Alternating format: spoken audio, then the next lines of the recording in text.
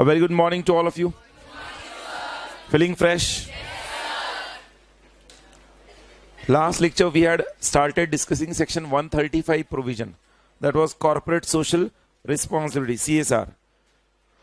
कुल मिलाकर 16 पॉइंट्स है जो CSR में हमें पढ़ने हैं. आई होप यू रिमेंबर. मैंने उस पॉइंट्स को पहले आपको लिख कर दिया. इन 16 पॉइंट्स में से 8 पॉइंट्स हम ऑलरेडी पढ़ चुके हैं. 8 पॉइंट्स हम ऑलरेडी पढ़ चुके हैं. जो 8 पॉइंट्स हमने पढ़े हैं वन बाय वन मैं स्क्रीन पर फिर से लिख रहा हूं, ध्यान रखना. फर्स्ट पॉइंट हमने पढ़ा था वाई CSR. वाई CSR के अंदर हम लोगों ने वाई CSR जब पॉइंट पढ़ा था, मैंने बताया था बिजनेस का पूरा प्रॉफिट किसकी देन है? सोसाइटी की देन है. तो सोसाइटी इन रिटर्न बिजनेस से कुछ एक्सपेक्ट करता है और उस वजह से हम कह सकते हैं बिजनेस का, हम कह सकते हैं किसके साथ संबंध है? कंपनी के साथ, कॉर्पोरेट. सो इसलिए कॉर्पोरेट सोशल रिस्पॉन्सिबिलिटी कंसेप्ट क्यों आया? CSR. बिकॉज बिजनेस जो कंपनीज करती है उसका पूरा प्रॉफिट सोसाइटी की देन है. तो इससे वाई CSR में बिजनेस का प्रॉफिट और बिजनेस प्रॉफिट और सोसाइटी, ये मैं 3 वर्ड्स यहां पे लिख रहा हूं. सब लोग हैं मेरे साथ? Please get involve quickly. Why CSR का पॉइंट था बिजनेस का पूरा प्रॉफिट सोसाइटी की देन है. सबको क्लियर है वो पॉइंट? हमने साथ ही साथ उसमें देखा था, जस्ट मिनट लो भाई, मैंने कहा यहां का दरवाजा लगा लो. समझता है तुम्हें इंग्लिश?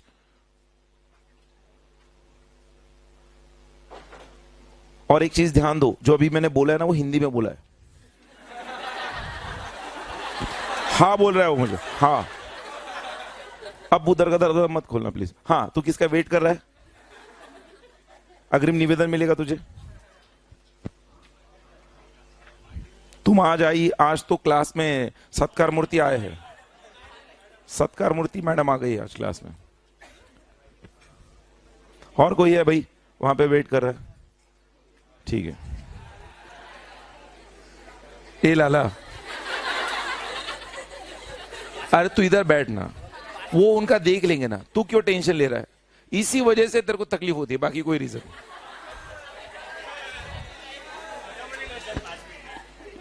वो तू क्यों टेंशन ले रहा है उसका? मैं क्या बोल रहा हूं, तू टेंशन मत ले उसका, वो मेरे ऊपर छोड़ दे.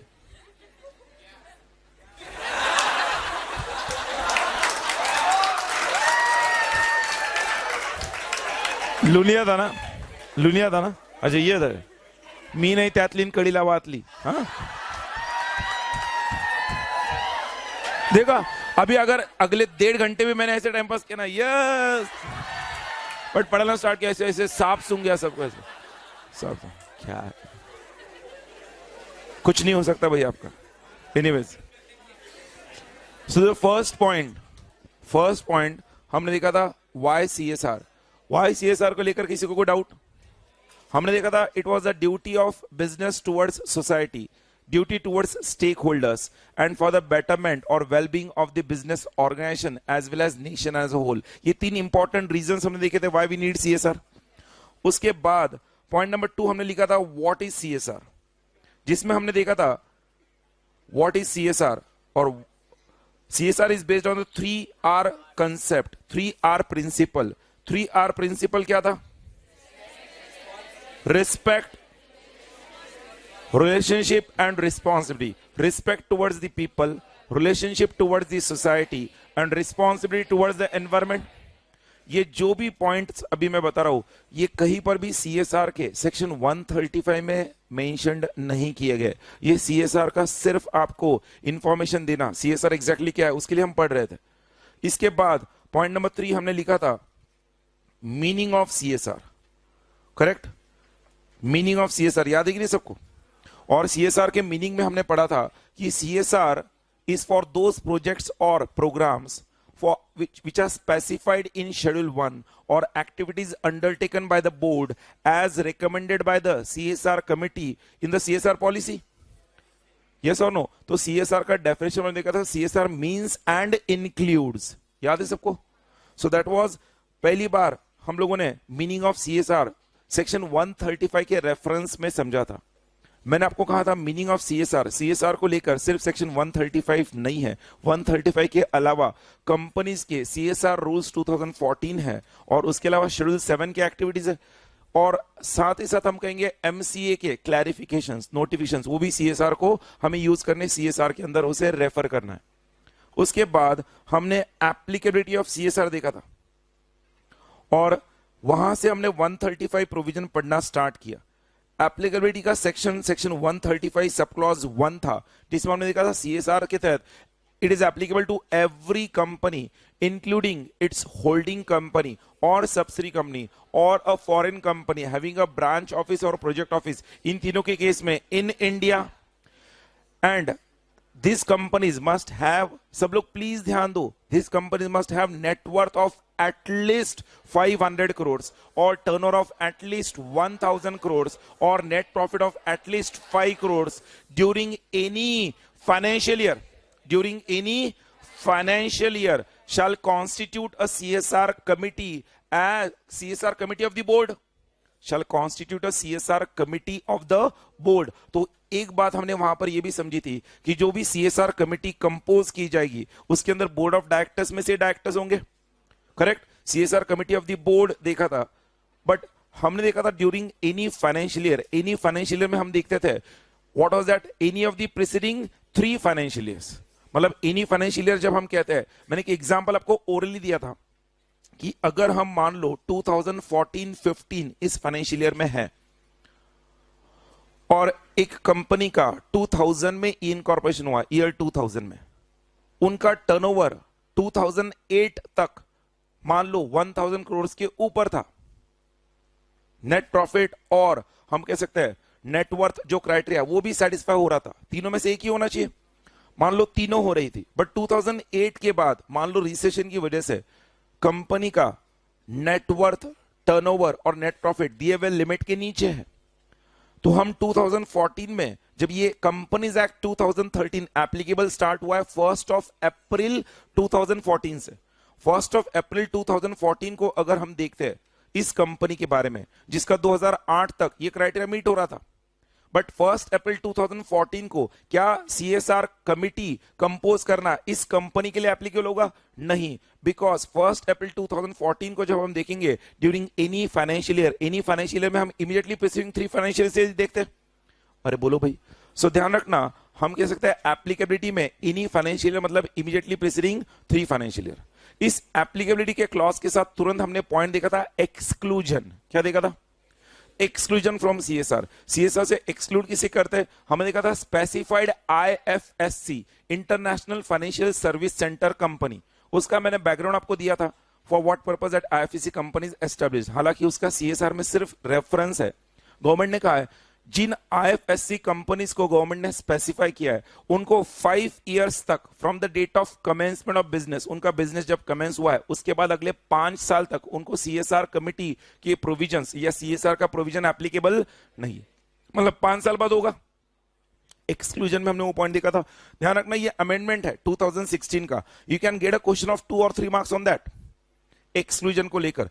एक्सक्लूजन नंबर 1 वो था। एक्सक्लूजन नंबर 2 था एप्लीकेबिलिटी के बाद में पॉइंट नंबर 5 जो एक्सक्लूजन लिख रहा हूं, exclusion number 2 was companies which cease, याद है क्या? Companies which cease to comply with the provisions of 135(1) उसका जो मैंने एग्जांपल दिया था मैं लिख रहा हूं एक्सक्लूजन नंबर 1 पहले स्पेसिफाइड आईएफएससी ऑलरेडी हमने लिखा हुआ है। एक्सक्लूजन नंबर 2 था कंपनीज विच cease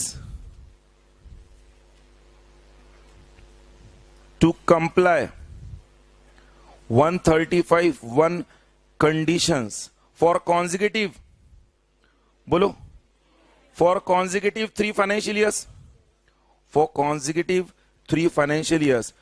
तो 3 फाइनेंशियल ईयर के बाद अब सीएसआर इनको फिर से एप्लीकेबल नहीं होगा। इसका एग्जांपल जो मैंने दिया था मैं फिर से एग्जांपल दे रहा हूं, ध्यान दो स्क्रीन पर। Companies which cease to comply 135(1) conditions, उसको समझते हैं। अगेन ये सीएसआर एप्लीकेबल कब हुआ? 1 अप्रैल 2014। तो हम मान लो 2014-15 फाइनेंशियल ईयर लेंगे, देन 2015-16 मैं लिख रहा हूं, 2016-17, 2017-18। आई होप सबको पता है कि एक्सक्लूजन में हमने ये पॉइंट लिखा हुआ है। उसी का मैं रेफरेंस और एग्जांपल दे रहा हूं, ध्यान रखना। 2018-19 एंड 2020-21 यहां तक जाते हैं हम। लेट अस सी। अब 2014-15 ये जो फाइनेंशियल ईयर है 1 अप्रैल 2014 से CSR 135 एप्लीकेबल हो गया।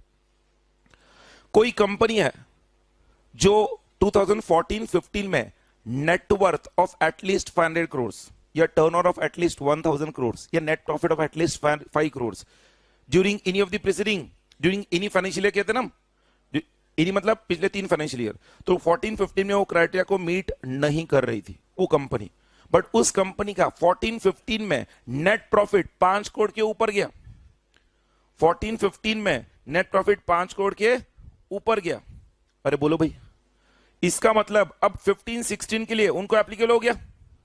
15-16 में उनको CSR एप्लीकेबल हो गया। अरे यस और नो?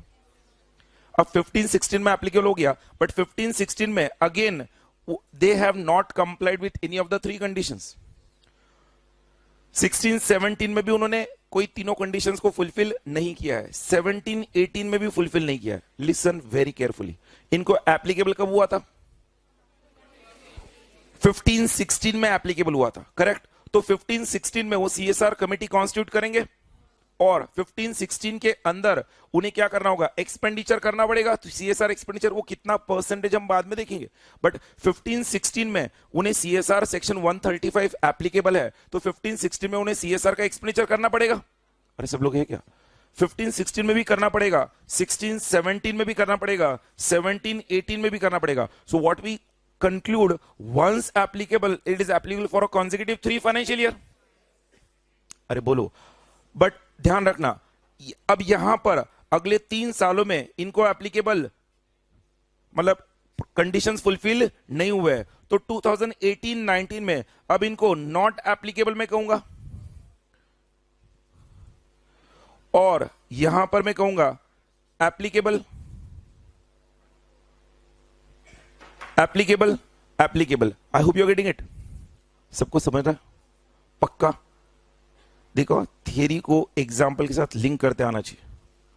जो एक्सक्लूजन देखा है उस एक्सक्लूजन को लेकर ये मैंने प्रोविजन दिया है। CA फाइनल में इसको लेकर 8 मार्क का क्वेश्चन पूछा हुआ है, 8 marks, 8 marks. And when that provision has been now shifted from CA final to CA inter, ध्यान रखना CA फाइनल के नए सिलेबस में ये चैप्टर था, सॉरी ओल्ड सिलेबस में, नए सिलेबस में से CA फाइनल के ये चैप्टर निकल गया है। Now it has been shifted to CA inter, so you can expect questions that were asked in CA final old syllabus to you in CA inter level.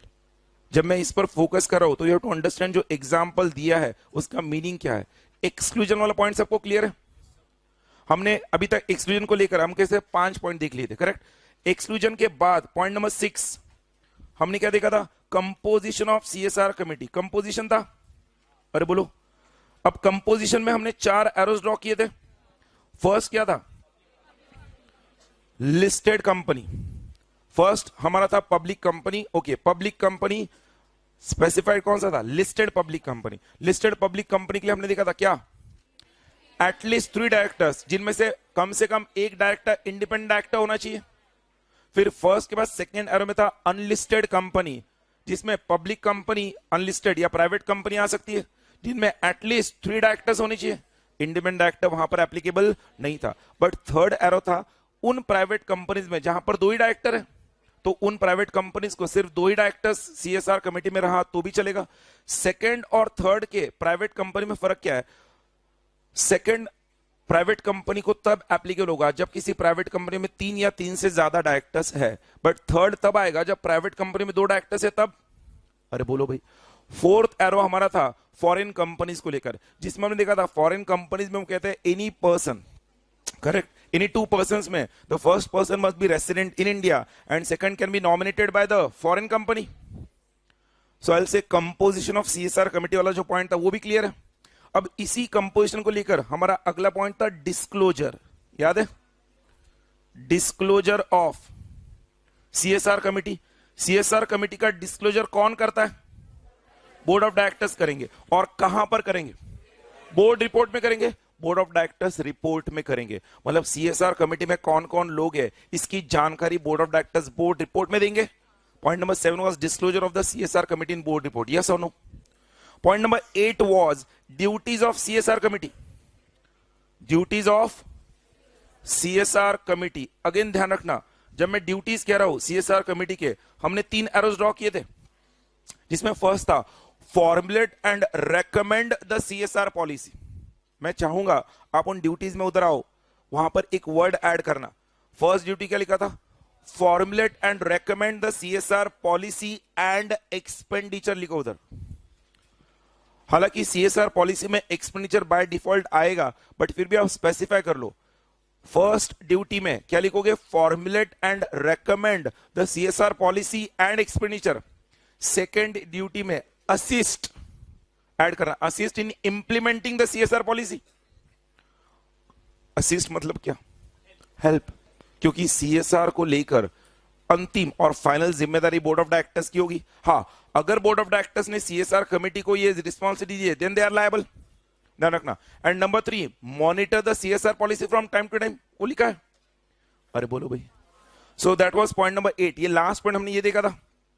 Clear है सबको? Now next point number 9. आपके notebook में वहीं पर आप heading दो. That point number 9 is for contents of, क्या कहते हैं उसे?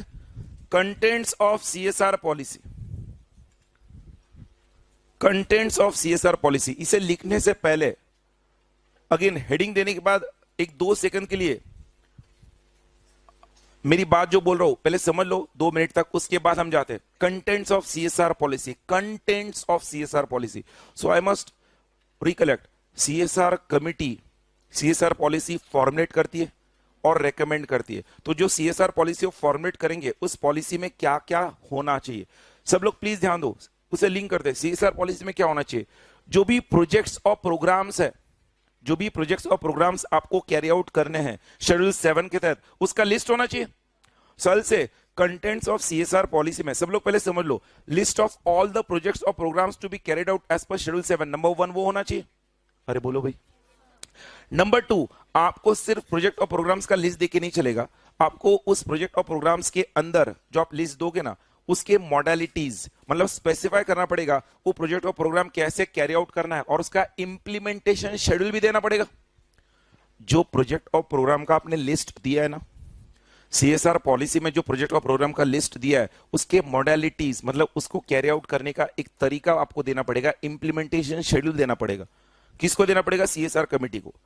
साथ ही साथ आप अगर वो अगेन हम बात कर रहे हैं सीएसआर पॉलिसी के कंटेंट्स को, आपको ये भी देना पड़ेगा ये जो प्रोजेक्ट और प्रोग्राम्स है उस सीएसआर पॉलिसी में, उसका मॉनिटरिंग प्रोसेस देना पड़ेगा. Monitoring process. मॉनिटरिंग प्रोसेस मतलब क्या?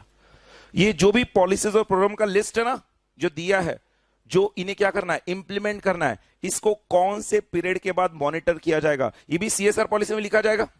कि जो भी प्रोजेक्ट्स और प्रोग्राम्स हम लोग लिस्ट आउट कर रहे हैं, इसको हर क्वार्टर के बाद रिव्यू किया जाएगा, मॉनिटर किया जाएगा, किस तरह से कंपनी ने उसका एक्सपेंडिचर किया है कि नहीं किया है.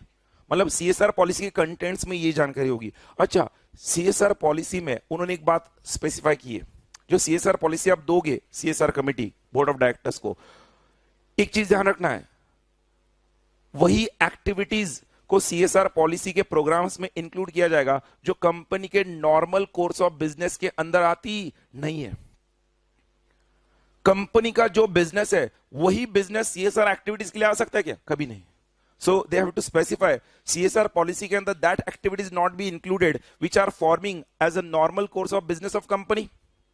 एंड नंबर 3, एक चीज और ध्यान रखना है, सीएसआर पॉलिसी में जो मेंशन करना जरूरी है, सीएसआर पॉलिसी के तहत जो भी प्रोजेक्ट्स और प्रोग्राम्स कैरी आउट किए जाएंगे उनका जो भी प्रॉफिट अर्न होगा, कोई सरप्लस प्रॉफिट आ सकता है ना, वो सरप्लस प्रॉफिट बिजनेस प्रॉफिट का हिस्सा बनेगा नहीं.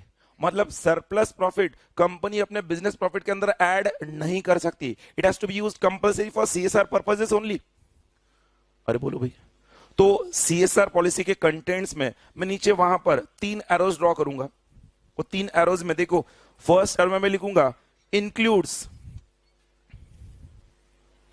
सेकंड में लिखूंगा एक्सक्लूड्स, एंड थर्ड में लिखूंगा शैल स्पेसिफाई. 1 by 1. इंक्लूड्स के नीचे आप लिखो, फर्स्ट पॉइंट में डिक्टेट करो वहां पर. इंक्लूड्स में फर्स्ट पॉइंट क्या है? लिस्ट ऑफ, अरे बोलो, लिस्ट ऑफ ऑल. आप लिखो list of all CSR,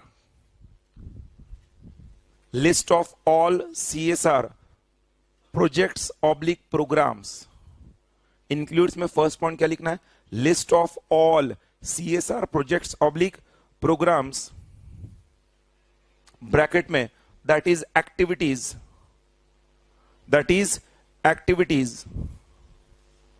bracket close as per schedule 7, as per schedule 7।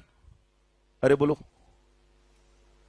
और ये सुनो, ये जो फर्स्ट पॉइंट लिखना है as per schedule 7, point number 2 लिखना, पॉइंट नंबर 2 उसी में इंक्लूड्स में ही पॉइंट नंबर 2, अभी तक इंक्लूजन नहीं पॉइंट चल रहा है। CSR के कंटेंट्स में क्या क्या इंक्लूड होना चाहिए हम देख रहे हैं ना। तो फर्स्ट तो एक लिस्ट ऑफ प्रोजेक्ट्स और programmes that is CSR activities. Point number 2 लिखना, specify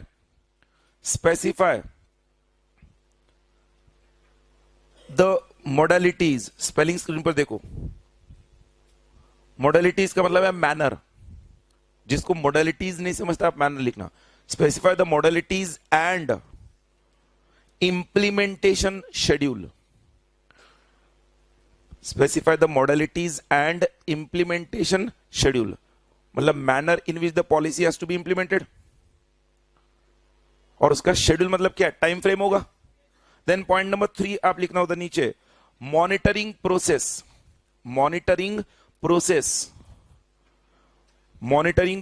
of the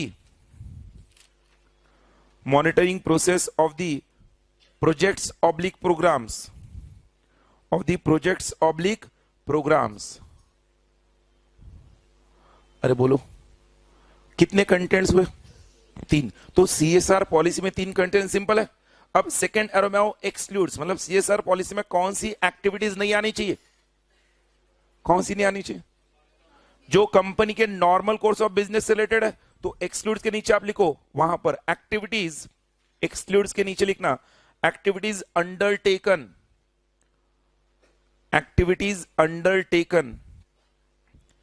in pursuance of normal course of business,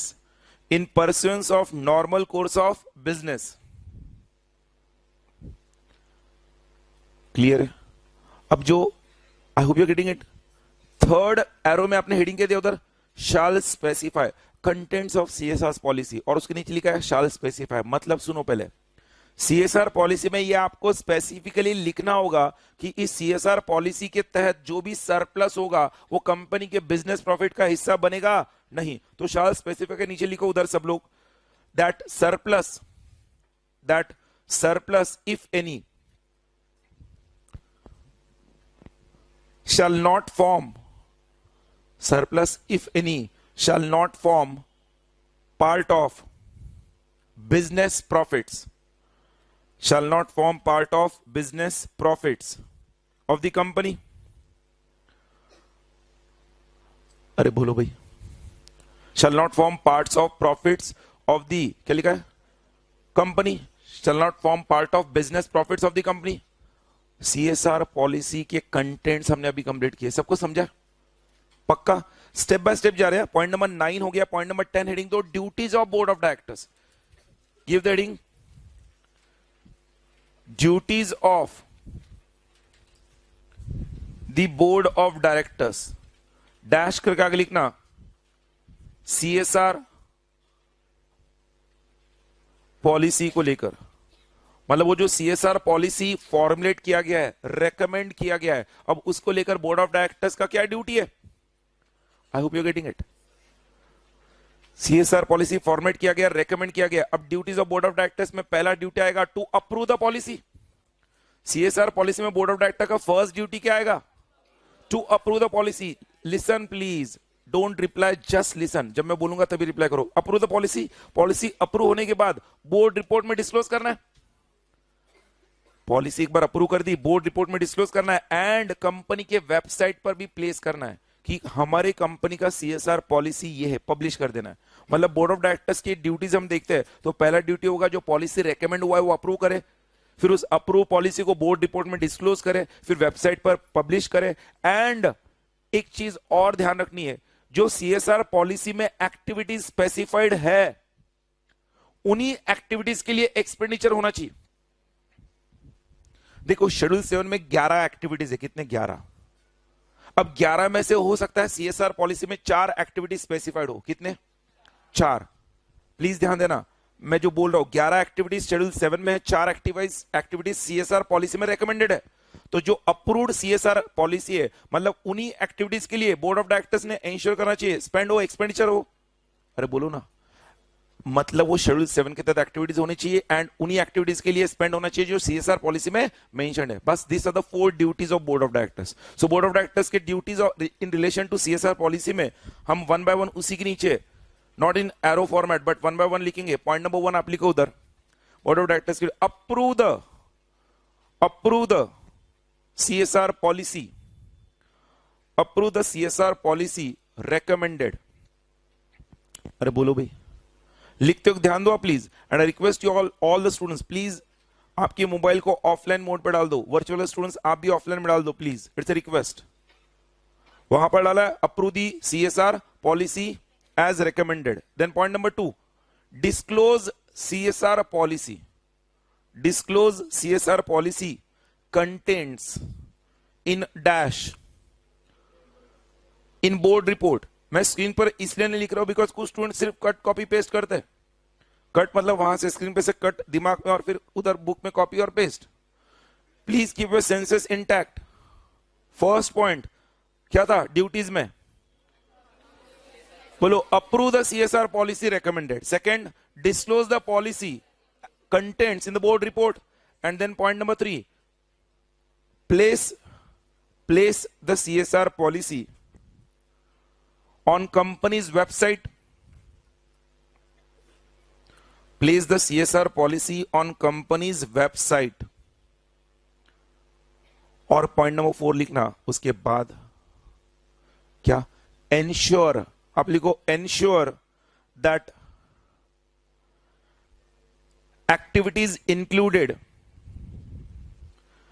ensure that activities included in CSR policy are only undertaken। Activities included in CSR policy are only undertaken। अरे बोलो भाई, are only undertaken and उसी में लिखना आगे, and the activities are as specified in schedule 7। The activities are as specified in schedule 7। बोलो भाई, सबको क्लियर है? जो नेक्स्ट पॉइंट लिखने जा रहे हैं ना उसको very very very important mark करना। पॉइंट नंबर 11 वहां पर लिखना contribution under CSR, corporate social responsibility के तहत कितना कंट्रीब्यूशन देना चाहिए कंपनीज को, ये वहां पे लिखना है। अब लिखने से पहले समझ लेते हैं कंट्रीब्यूशन कितना होना चाहिए। अच्छा, हमने देखा था एप्लीकेबल कब होगा, जब नेटवर्थ, टर्नओवर या नेट प्रॉफिट के दिए हुए क्राइटेरियाज में से कोई एक क्राइटेरिया आप सेटिस्फाई कर रहे हो। जैसे ही एप्लीकेबल हो जाएगा, जिस साल एप्लीकेबल होगा उस साल उन्हें CSR एक्सपेंडिचर करना है। सेक्शन 135 कहता है कितना करना है। Listen carefully, in every financial year the company thereafter has to spend, मैं स्क्रीन पर सिर्फ लिख रहा हूं, ये लिखना नहीं है, ध्यान रखना, has to spend at least 2% of the average net profits। मैंने क्या कहा, at least 2% of the average net profits of the company during 3 immediately, आगे का बोलो, प्रीसीडिंग फाइनेंशियल ईयर। ओ, प्रीसीडिंग फाइनेंशियल ईयर, मैं अगेन उसको हाईलाइट कर रहा हूं, at least 2% of the average net profits during 3 immediately preceding financial years. जब मैं इस पॉइंट को यहां पर लिख रहा हूं, हमारा आज का एग्जाम्पल जो मैंने अभी स्क्रीन पर दिया था, इस एग्जाम्पल में 2014-15 में कंपनी ने 3 क्राइटेरिया में से एक क्राइटेरिया मीट किया था और इसलिए 15-16 के लिए उनको CSR एप्लीकेबल हो गया। अब 15-16 में जब कंपनी को सीएसआर एक्सपेंडिचर करना है, कंपनी सिर्फ 14-15 का कंसिडर करेगी क्या? नहीं, कंपनी 13-14 और 12-13 इन तीनों का नेट प्रॉफिट लगी। हालांकि 12-13 और 13-14 में they were not under the criteria, but फिर भी 12-13, 13-14, 14-15 इन तीनों का नेट प्रॉफिट ऐड किया जाएगा, डिवाइडेड बाय 3 किया जाएगा। जो एवरेज नेट प्रॉफिट आएगा उसका 2% कम से कम आपको खर्चा करना है। मतलब आप ज्यादा करना चाहते हो, ये वॉलेंटरी होगा। जो ज्यादा करना चाहते हो कोई दिक्कत नहीं, बट मिनिमम उतना करना है। अच्छा, फिर कोई स्टूडेंट बोलेगा सर कंपनी 2014-15 के अंदर ही इनकॉर्पोरेट हुई थी, ऐसे भी हो सकता है, और 14-15 फर्स्ट ईयर में उनका लिमिट क्रॉस हुआ, उसके बाद कभी हुआ ही नहीं, तो 15-16 में एप्लीकेबल हो गया। अरे बोलो ना। बट ऐसे केस में अब एवरेज लेने के लिए हम 3 साल का देखेंगे तो एक ही साल दिखेगा, तो उस एक साल का ही 2% लेना है। फिर मतलब अगर पिछले एवरेज 3 साल के नहीं है, 2 साल के है, तो 2 साल का एवरेज आएगा। 3 साल का है तो 3 साल का आएगा, 1 साल है तो 1 ही साल का आएगा। आई hope you getting it. Dividend chapter में कुछ जगह पे ऐसा नहीं था, ध्यान रखना। डिविडेंड चैप्टर में हमने जब company dividend out of reserves पे करती है, हम इमीडिएटली प्रीसीडिंग 3 फाइनेंशियल ईयर्स देखते थे, और 3 साल अगर नहीं है पिछले तो वो कंडीशन एप्लीकेबल नहीं था। आई होप यू गेटिंग इट। यहां पर हमने कॉन्ट्रीब्यूशन के पॉइंट में लिखा है at least 2% of the average net profits of company during immediately preceding 3 financial years. हाँ, अब ये कॉन्ट्रीब्यूशन कंपनी को जब देना है, ध्यान रखो, एवरेज नेट प्रॉफिट जब कंपनी का कैलकुलेट होगा ना, एवरेज नेट प्रॉफिट को कैलकुलेट करने का एक फॉर्मूला दिया गया है कंपनीज एक्ट में। वो फॉर्मूला सेक्शन 198 में है। कहां पर है? 198 में। फिलहाल के लिए आप समझो average net profit as per section 198 of the immediately preceding 3 financial year. हाँ, बट एवरेज नेट प्रॉफिट को कैलकुलेट करते वक्त एक बात का आपको ध्यान रखना है। मेरी कंपनी है, इंडियन कंपनी है, ठीक है, मुझे सीएसआर एप्लीकेबल है। मान लो मेरे कंपनी का एवरेज नेट प्रॉफिट कैलकुलेट करते वक्त अगर मेरी कंपनी का कोई ब्रांच ऑफिस इंडिया के बाहर है, क्या इंडिया के बाहर है, उसका कोई नेट प्रॉफिट मेरे प्रॉफिट में ऐड हुआ होगा तो उसे मुझे एक्सक्लूड करना है। मतलब एवरेज नेट प्रॉफिट कैलकुलेट करते वक्त मुझे सिर्फ इंडियन बिजनेस का ही प्रॉफिट कंसीडर करना है। अगर मेरी कोई सब्सिडी या होल्डिंग इंडिया के बाहर है उसको मैं प्रॉफिट के लिए कंसीडर नहीं करूंगा। आई hope you getting. So average net profit के कैलकुलेशन में से जो इंडिया के बाहर का कोई बिजनेस है उसका प्रॉफिट है वो एक्सक्लूड होगा, नंबर 1। नंबर 2, मुझे इस बात का ध्यान रखना है कि मान लो मेरी कंपनी है, इंडियन कंपनी, मेरी कंपनी ने इंडिया की किसी और कंपनी है, इन्फोसिस या टीसीएस, उसमें इन्वेस्ट किया हुआ है, उनके शेयर्स है मेरी कंपनी के पास। अब उन कंपनीज का डिविडेंड मिला है मुझे। क्या मिला है? डिविडेंड। अब इन्फोसिस, टीसीएस, ये कंपनीज को सीएसआर एप्लीकेबल है, वो लिस्टेड है। अरे बोलो ना भाई, तो उनको अभी एप्लीकेबल है। Now listen, in this case वो उन क्राइटेरिया को मीट कर रहे हैं, उनको एप्लीकेबल है। मेरी कंपनी को जो डिविडेंड इनकम आ रहा है ना, उस डिविडेंड इनकम को भी नेट प्रॉफिट में से एक्सक्लूड करना है, बिकॉज वरना क्या होगा, एक ही इनकम पर डबल परसेंटेज आपका इन्वेस्टमेंट होगा ना। तो उन्होंने कहा any dividend received, please listen ना, any dividend received from those companies which come under CSR 135, उस डिविडेंड इनकम को भी एक्सक्लूड करेंगे। मतलब कुछ कंपनीज होंगी जो सीएसआर के अंदर नहीं आती है और उनसे डिविडेंड आ रहा है तो वो इंक्लूड होगा। उन्होंने कहा कौन सा डिविडेंड इनकम एक्सक्लूड होगा? जिन कंपनीज को ऑलरेडी 135 एप्लीकेबल है उनको, उनसे आने वाला डिविडेंड हम क्या करेंगे? एक्सक्लूड करेंगे from the net profit. I hope you getting it. तो हम जब ये पॉइंट लिखेंगे ना कॉन्ट्रीब्यूशन वाला, उस कॉन्ट्रीब्यूशन वाले पॉइंट में नीचे नोट भी हमें लिखना पड़ेगा, नेट प्रॉफिट को, एवरेज नेट प्रॉफिट को कैलकुलेट करते हो कौन से 2 अमाउंट्स स्पेसिफिकली क्या करना है? एक्सक्लूड करना है। सबको समझा है? अब लिखो उधर कॉन्ट्रीब्यूशन अंडर सीएसआर के नीचे, पहले मैं डिक्टेट करो वहां पर वैसे लिखो, सिंगल एरो ड्रॉ करो और लिखो in every financial year, in every financial year, contribute oblique spend, और फिर उसके आगे at least 2% of the average net profits, at least 2% of the average net profits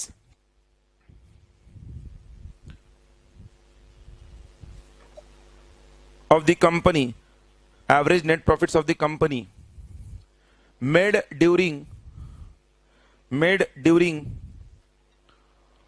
बोलो immediately preceding during 3 immediately preceding financial years, made during 3 immediately preceding financial years. अरे बोलो भाई, सबको समझा है? अगेन मैं बता रहा हूं, एटलीस्ट 2% है, कंपनी 2% से ज्यादा देनी चाहती है तो कोई दिक्कत नहीं, इट्स वॉलंटरी, इट्स वेलकम, कम से कम 2% देना है। हाँ, ये जो पॉइंट नंबर कौन सा लिखा है 11, उसी के नीचे 11 पॉइंट के नीचे नोट लिखो आप, नोट नंबर 1 लिखना वहां पर, note number 1,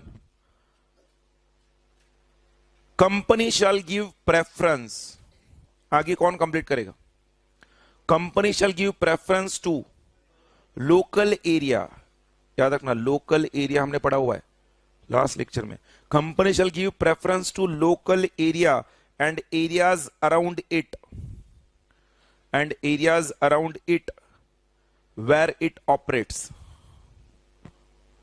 local area and areas around it where it operates. Note number 1 लिखा, अरे मुंह से बोलो। Note number 2, net profit shall not include, net profit shall not include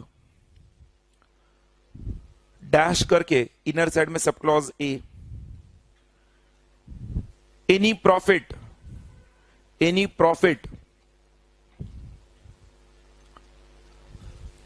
received from any overseas branch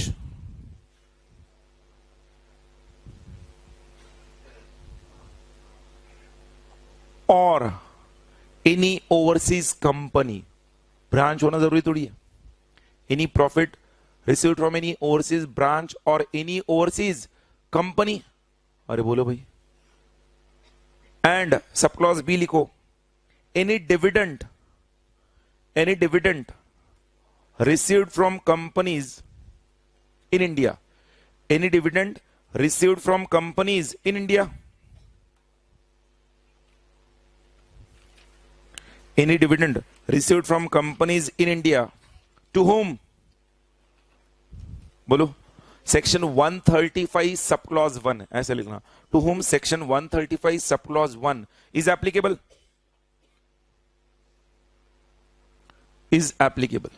to home section 135 sub clause 1 is applicable. Note number 1 और 2 contribution के अंदर जो दिया है सबको समझा पक्का?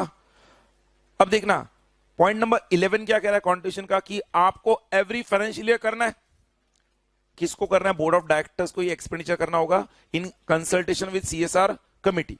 सब लोग ध्यान से सुनो, कंपनी को एप्लीकेबल हो गया था CSR, but board of directors at least 2% का एक्सपेंडिचर नहीं कर पाई किसी फाइनेंशियल ईयर में जहां पे करना था, they could not do that expenditure and they did not do the expenditure. तो इस केस में सेक्शन 135 कहीं पर भी कोई पनिशमेंट नहीं देता है। लिसन वेरी केयरफुली, इसलिए मैं बता रहा हूं, ध्यान से सुनो। सेक्शन 135 कहता है अगर आपकी कंपनी के जिसको सेक्शन 135 एप्लीकेबल था, किसी साल में आपने एक्सपेंडिचर नहीं किया एटलीस्ट 2% का, बोर्ड ऑफ डायरेक्टर्स को इसकी जानकारी बोर्ड रिपोर्ट में स्पेसिफाई करनी होगी अलोंग विद द रीजंस। बस, I hope you getting it. सब लोग मेरे साथ है क्या? फिर से सुनो, अगर आपने 135 के तहत जो एक्सपेंडिचर करना था वो अगर आपने नहीं किया, बोर्ड ऑफ डायरेक्टर्स को इसकी जानकारी बोर्ड रिपोर्ट के अंदर इंक्लूड करनी होगी। Company has failed to contribute और failed to spend the minimum required percentage, और उसका रीजन देना होगा why they failed. That's it. There is no punishment for contravention of section 135 contribution, for section 135 contribution, but कहानी में twist, अगर board of directors ने expenditure नहीं किया और एक्सपेंडिचर नहीं करने के बाद बोर्ड रिपोर्ट में अगर ये डिस्क्लोज नहीं किया, तो फिर सेक्शन 134 का कॉन्ट्रावेंशन होता है। बोर्ड रिपोर्ट में अगर डिस्क्लोज नहीं किया, बोर्ड रिपोर्ट का सेक्शन 134 है, तो बोर्ड रिपोर्ट में अगर डिस्क्लोज हो गया तो 134 इज फुलफिल्ड। 135 में कोई पेनल प्रोविजन है ही नहीं। 135 कहता है अगर बोर्ड ऑफ डायरेक्टर्स ने, ध्यान से सुनो, मैं पेनल प्रोविजन एक लिखा हुआ है हमने, पेनल प्रोविजन, वो भी बता रहा हूं आपको, please listen carefully. Panel provisions कहता है अगर बोर्ड ऑफ डायरेक्टर्स ने बोर्ड रिपोर्ट में सीएसआर कमेटी के कंपोजिशन को डिस्क्लोज नहीं किया, नंबर वन, सीएसआर कमेटी के कंपोजिशन को डिस्क्लोज नहीं किया, नंबर वन। नंबर टू, अगर कोई एक्सपेंडिचर जो करना था या जो कॉन्ट्रिब्यूशन देना था एटलीस्ट 2%, वो अगर नहीं किया है, उसका रीजन नहीं दिया है बोर्ड रिपोर्ट के अंदर, तो इन दोनों में से कुछ भी कॉन्ट्रिब्यूशन होता है तो सेक्शन 134 के तहत पनिशमेंट होगा। मतलब मैं अगर किसी कंपनी के बोर्ड ऑफ डायरेक्टर्स में से हूं जिनको सीएसआर एप्लीकेबल है, और मान लो किसी साल में हमने सीएसआर एक्सपेंडिचर नहीं किया जब एप्लीकेबल था, हमने सिर्फ बोर्ड रिपोर्ट में इसको डिस्क्लोज कर दिया along with the reasons due to which we could not expend it, हमारे लिए पनिशमेंट नहीं होगा बिकॉज ये हमने बोर्ड रिपोर्ट में स्पेसिफाई कर दिया। आई होप यू गेटिंग इट। अब इस बात को इसलिए मैं बता रहा हूं, दोहरा रहा हूं, बिकॉज इसको लेकर अगेन केस स्टडीज आते हैं। क्वेश्चन आता है कि कंपनी ने सीएसआर का एक्सपेंडिचर नहीं किया है, बोलो कंपनी को क्या पनिशमेंट होगा। आपको कहना है सीएसआर का एक्सपेंडिचर नहीं किया है तो आपको सिर्फ बोर्ड रिपोर्ट में डिस्क्लोज करना है। सो नेक्स्ट पॉइंट हमारा उस पर है, पॉइंट नंबर 12 आप लिखो उधर, failure to contribute oblique spend. Point number 12 लिखो, failure to contribute oblique spend on CSR। I hope you getting it. उसके नीचे सिंगल एरो ड्रॉ करके लिखो, द बोर्ड ऑफ डायरेक्टर्स। कुछ स्टूडेंट पहले ही BOD लिख देंगे, very good. The board of directors shall report, shall in its board report, ऐसे लिखो, shall in its board report, inverted commas में डालना, आगे आगे इन्वर्टेड कॉमास में। आई रिपीट पहला point again, the board of directors in its board report, inverted commas में, शैल specify, specify लिखो, specify the reasons for not spending the amount, specify the reasons for not spending the amount, that's it, specify the reasons for not spending the amount, specify the reasons for not spending the amount, inverted commas complete। सबको समझा क्या? पक्का clear है? Point number 12 is over. Point number 13 पहले heading दो, और heading पढ़कर आप मुझे बोलो क्या होना चाहिए। Give the heading, contribution to CSR activities through, contribution to CSR activities, contribution to CSR activities through, through मतलब क्या? किसी इंटरमीडिएट के थ्रू, किसी इंटरमीडिएट के थ्रू। ये कैसे होगा सुन लो, पहले मैं ओरली बता रहा हूं। कोई भी कंपनी CSR के एक्सपेंडिचर के लिए डायरेक्टली कंपनी के अकाउंट से पैसा CSR के लिए स्पेंड नहीं कर सकती। द रूल इज, अगर आपको CSR एक्सपेंडिचर करना है, मैं स्क्रीन पर लिख रहा हूं, बाद में आपको लिखना है, पहले समझना है। CSR एक्सपेंडिचर करना है तो company has to, okay, I will say the expenditure must be through any Section 8 company oblique registered trust oblique registered society। इन तीनों का मोटिव क्या होता है? Social motive. इन तीनों का मोटिव प्रॉफिट मोटिव होता नहीं है। मतलब कंपनी को CSR एक्सपेंडिचर करना है, कंपनी डायरेक्टली कर सकती है क्या? नहीं, कंपनी को इनके थ्रू रूट करना है। अच्छा, so section 8 company registered trust या रजिस्टर्ड सोसाइटी कैसे? तो उसके नीचे मैं 3 एरोज ड्रॉ करता हूं, ध्यान दो। They are saying this section 8 company और रजिस्टर्ड ट्रस्ट और that registered society can be, मैं लिख रहा हूं, established by the company, established by the company. कैसे? मैं उसके नीचे 2 एरोज ड्रॉ करूंगा। Established by the company in single, मतलब कंपनी अलोन, और jointly with other company, jointly with other company. मुझे फर्स्ट एरो का मीनिंग बोलो सब लोग, sit properly and tell me the meaning. First arrow का मतलब क्या है? कंपनी जो CSR का एक्सपेंडिचर करेगी किसी भी सेक्शन 8 कंपनी रजिस्टर्ड ट्रस्ट या रजिस्टर्ड सोसाइटी के थ्रू ही करेगी। ये वर्ड थ्रू बड़ा इंपॉर्टेंट है। और वो रजिस्टर्ड ट्रस्ट, रजिस्टर्ड सोसाइटी या सेक्शन 8 कंपनी का एस्टेब्लिशमेंट एक तो कंपनी अकेले खुद करेगी, या किसी दूसरे कंपनी के साथ जॉइंटली मिलकर भी कर सकती है, या फिर हम कहते हैं established bye CG oblique SG oblique SC, SC मतलब सुप्रीम कोर्ट नहीं, it is statutory corporation, statutory corporation, that is a body corporate enacted by special act of parliament. Listen carefully, first में कंपनी सीएसआर का expenditure अपने ही section 8 company registered trust या registered society को establish करके उसके through कर रही है, या फिर गवर्नमेंट ने एस्टेब्लिश की हुई कोई सेक्शन 8 कंपनी होगी, रजिस्टर्ड ट्रस्ट होगी या रजिस्टर्ड सोसाइटी होगी, उसके थ्रू होगा। अरे बोलो भाई, अच्छा फर्स्ट भी नहीं है, सेकंड भी नहीं है। Listen please, don't reply. The third arrow says company चाहे तो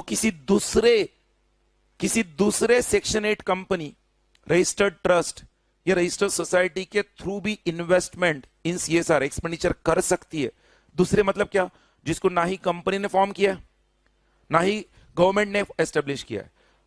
थर्ड एरो कहता है किसी दूसरे सेक्शन 8 कंपनी, रजिस्टर्ड ट्रस्ट या रजिस्टर्ड सोसाइटी के थ्रू भी आप एक्सपेंडिचर कर सकते हो, बट ऐसे केस में वो सेक्शन 8 कंपनी, रजिस्टर्ड ट्रस्ट या रजिस्टर्ड सोसाइटी को एस्टेब्लिश होते हुए इस सीएसआर प्रोग्राम के तहत कम से कम 3 साल का ट्रैक रिकॉर्ड चाहिए। कितना?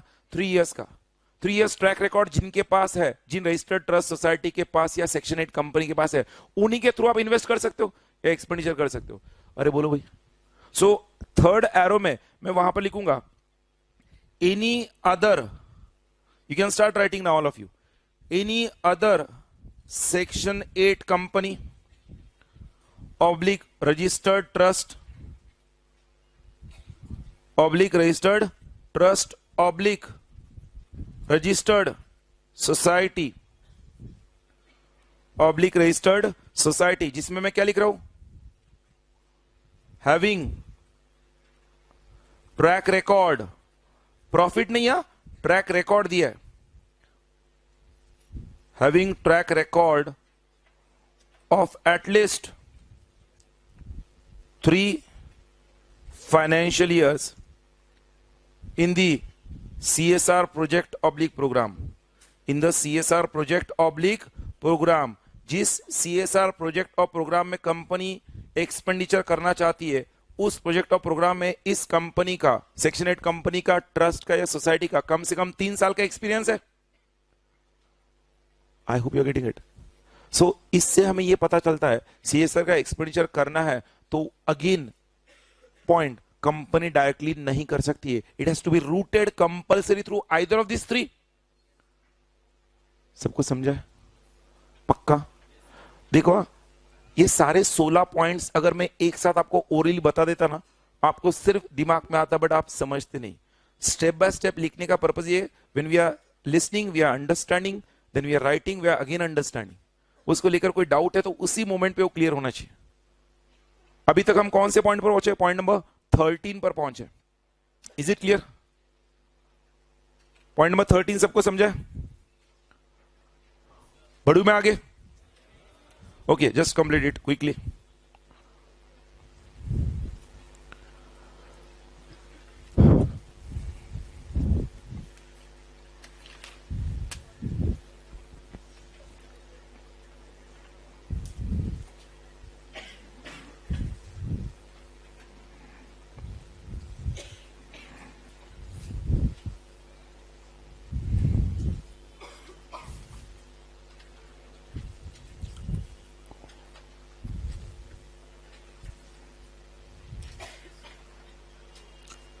Shall I?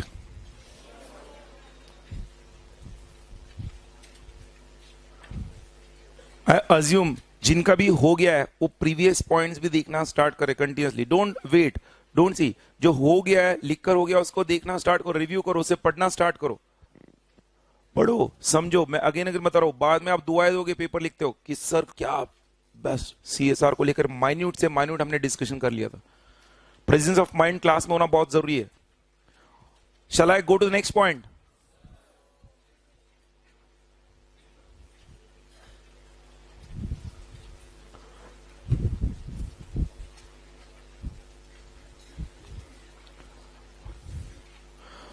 जिनका भी लिख कर हो गया, पॉइंट नंबर 14 का हेडिंग तो दे दो, you know the heading what it is.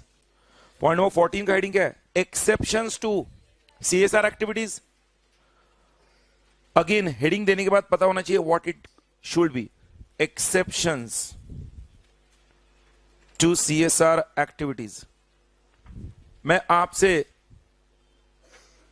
3 exception जो दिए वो एक्सपेक्ट नहीं कर रहा हूं, बट इन 3 में से कोई भी एक एक्सेप्शन या फिर जो अभी तक के डिस्कशन में ध्यान दो, कोई बोल पाए तो मुझे बोलो, वर्चुअल स्टूडेंट मैसेज कर सकते हैं।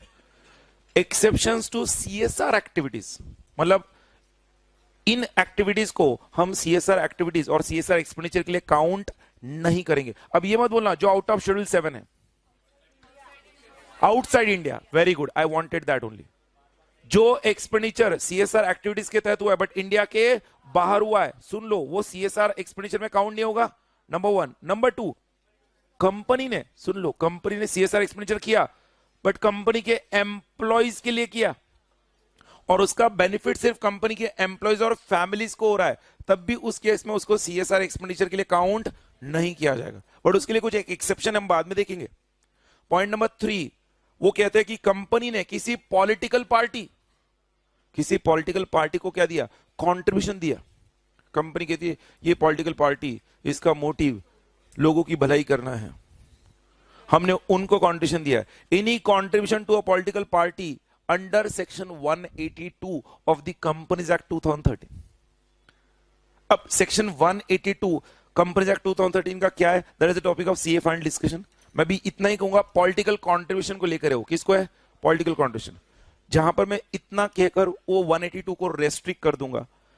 182 कहता है कंपनीज को पॉलिटिकल कंट्रीब्यूशन देना अलाउड है 7.5% of the average net profits of the company during immediately preceding 3 financial years. जो है उतना पॉलिटिकल कंट्रीब्यूशन कंपनी डायरेक्टली दे सकती है। डायरेक्टली मतलब बोर्ड ऑफ डायरेक्टर्स डायरेक्टली, इसके लिए शेयर होल्डर्स के परमिशन की जरूरत नहीं है। और ये सेक्शन 182 में लिखा है। अच्छा, 182 बनाने वाले कौन है? पार्लियामेंट में बैठे हुए पॉलिटिशियंस। तो देखो कैसे कन्वीनियंस लॉ का किया गया उनके सहूलियत के लिए। कंपनीज को कहा है कि 7.5% ऑफ द नेट प्रॉफिट्स तक इमीडिएटली प्रीसीडिंग 3 इयर्स का आप डायरेक्टली कंट्रीब्यूशन दे सकते हो पॉलिटिकल पार्टी को। आपको बोर्ड ऑफ डायरेक्टर्स के अंदर बोर्ड मीटिंग में डिसीजन लेना है, शेयर होल्डर्स के परमिशन की भी जरूरत नहीं है ना, मजे की बात। बट फिर भी वो जो पॉलिटिकल कंट्रीब्यूशन कंपनी दे रही है वो सीएसआर एक्सपेंडिचर के लिए काउंट नहीं होगा, ये वो कह रहे हैं। सो आप एक्सेप्शंस टू सीएसआर एक्टिविटीज के नीचे 3 एरोज ड्रॉ करो। Draw 3 arrows. फर्स्ट एरो में लिखो उधर projects oblique programmes undertaken dash. हाँ, तो सब लोग बोलेंगे तो मुझे ज्यादा खुशी होगी लिखते वक्त। कहा मैंने? लिखते वक्त projects oblique programmes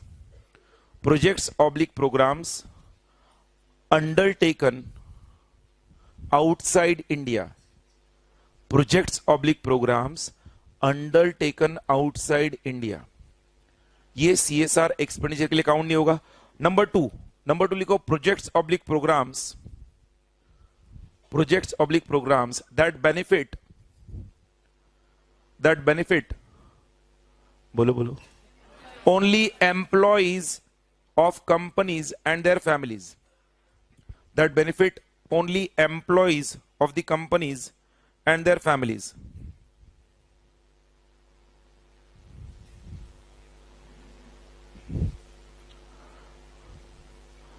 Employees of the company and their families. ये जो सेकेंड एरो लिखा है ना, उसके नीचे लिखना सी नोट बिलो। अभी तक नीचे नोट नहीं दिख रहा है आपको, बट बाद में दिखेगा। See note below. And third arrow में लिखो contribution of any amount. Contribution of any amount, ये आगे का वर्ड बड़ा इंपॉर्टेंट है। Directly oblique indirectly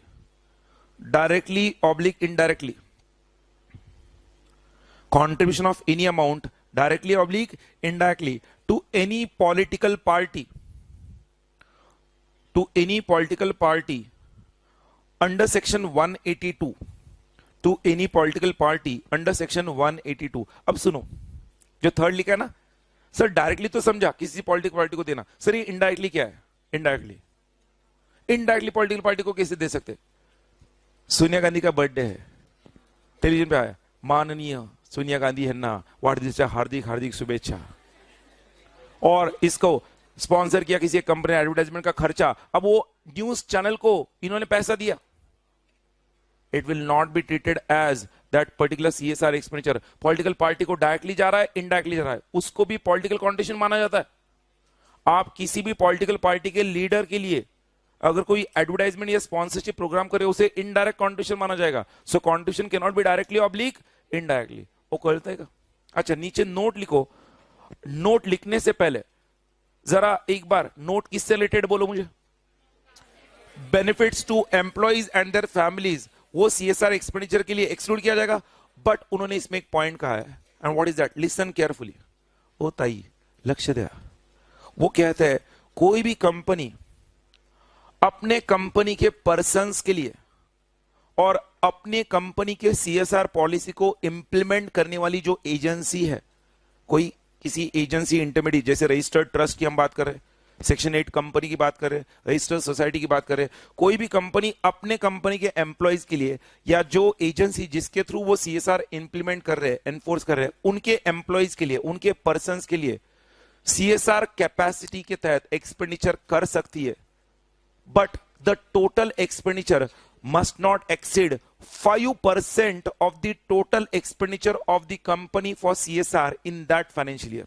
I repeat, company ने अपने कंपनी के पर्सन्स के लिए या उन एजेंसीज के लिए जिनके पास क्या है, जिनके थ्रू कंपनी CSR इंप्लीमेंट कर रही है, CSR expenditure, CSR capacity build कर सकती है. CSR के लिए खर्चा करना है तो उन्हीं कंपनीज के थ्रू करना है जिनके पास 3 साल का ट्रैक रिकॉर्ड है. बट ये खर्चा कितना होना चाहिए? टोटल CSR खर्चे के मैक्सिमम 5% से ज्यादा नहीं होना चाहिए उस साल में. तो उस साल मान लो आपको टोटल CSR एक्सपेंडिचर जो एवरेज नेट प्रॉफिट था, हम अजम्पशन कर रहे हैं एवरेज नेट प्रॉफिट 1 लाख था, एवरेज नेट प्रॉफिट 1 लाख, उसका 5% कितना होगा? अरे बोलो 5,000. सब लोग है मेरे पास. 5,000 ये टोटल CSR एक्सपेंडिचर करना है.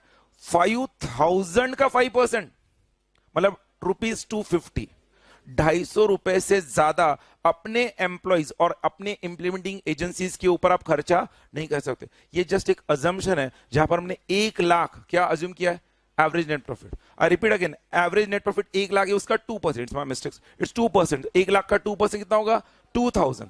सो 2,000 का 5% जब हम यहां पर काउंट करेंगे, इट विल बी 100 रुपीज. सिर्फ 100 रुपीज आप, मतलब 2,000 रुपए में से 100 रुपए आप आपके एम्प्लॉइज के लिए कर सकते हो या उनके इंप्लीमेंटिंग एजेंसीज के लिए. बचा हुआ 1,900 must be outside it. So that note you have to write down over. उधर नीचे लिखो, कंपनी में बिल्ड CSR कैपेसिटीज. कंपनी में build CSR capacities for their own personnel,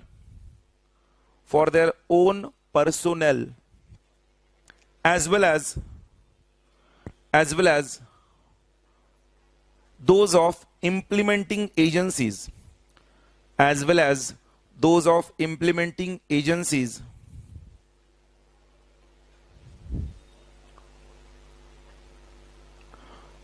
through any institution, as well as those of implementing agencies through any institution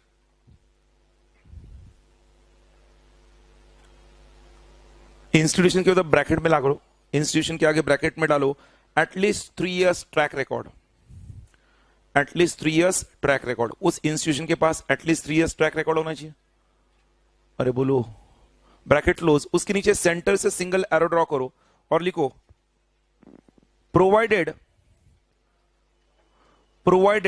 the expenditure incurred, mathematical symbol जैसे मैं screen पर दे रहा हूं वैसे लिखना. 5% मतलब क्या? It is not more than, provide the expenditure incurred is not more than, that is 5% of the total, 5% of the total CSR expenditure in one financial year. 5% of the total CSR expenditure in one financial year. I repeat, shall not be more than 5% of the total CSR expenditure in one financial year. Clear है सबको? पक्का? Okay. So that point number 14 is over. Point number 15 कौन सा है? बोलो. Point number 15. Penalty. Penalty मैंने आपसे discuss किया. पेनल्टी सेक्शन 135 में है क्या? नहीं.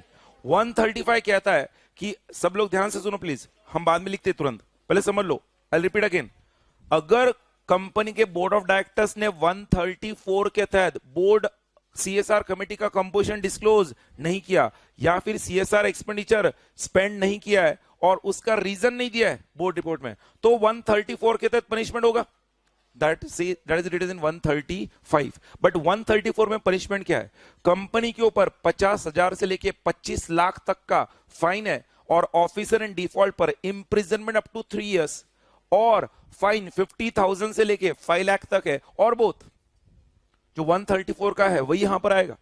सो आप लिखो नेक्स्ट पॉइंट पेनल्टी का, पॉइंट नंबर 15 पेनल्टी, और पेनल्टी के नीचे आप सिंगल एरो ड्रॉ करो पहले और लिखो failure to disclose, failure to disclose, और उसके नीचे 2 एरोस ड्रॉ करो. फेलियर टू डिस्क्लोज लिखकर फिर उसके नीचे 2 एरोस ड्रॉ करो.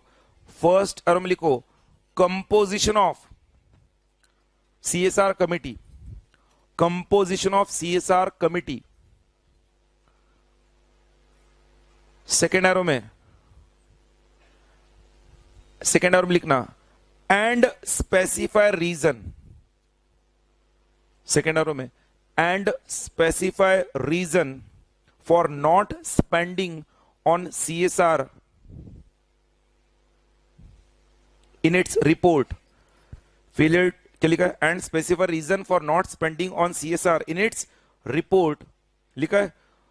दोनों एरोस को ज्वाइन करके नीचे लिखो वहां पर penal provision, penal provision as given under section 134, as given under section 134 shall be applicable.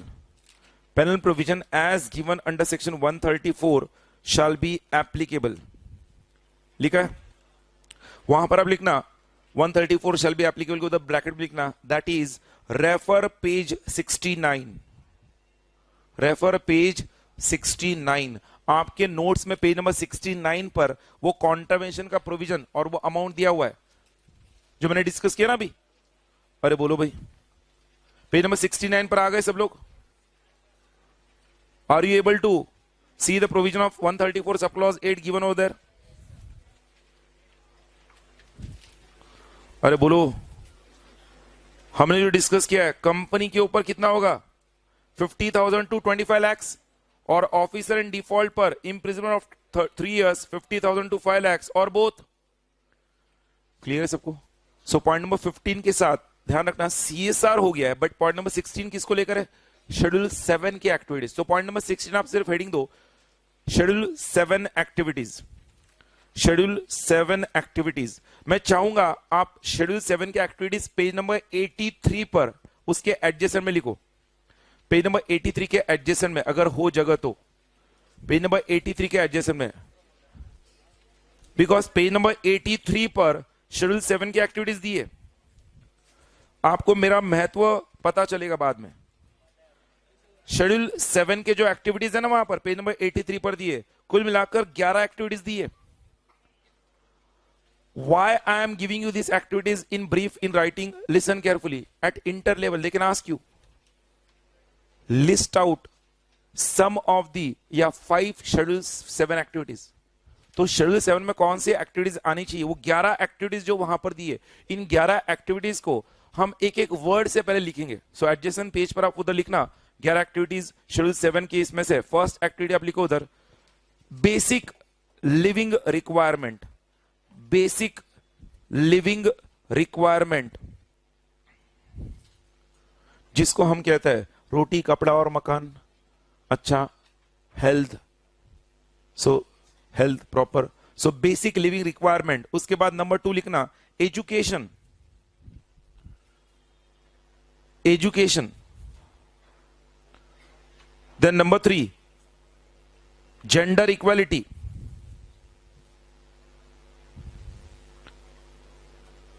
then number 4 environment,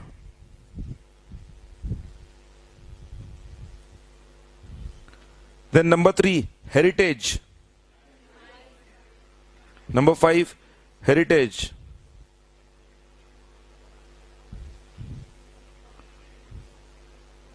then number 6 आप लिखो army,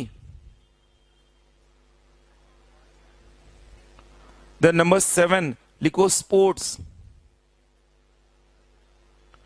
then number 8 charity, number 9 technology,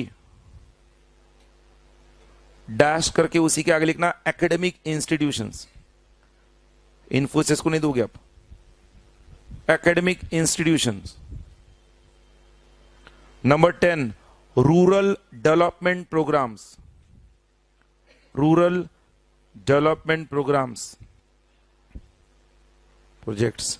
and last number 11 slum area development, slum area development.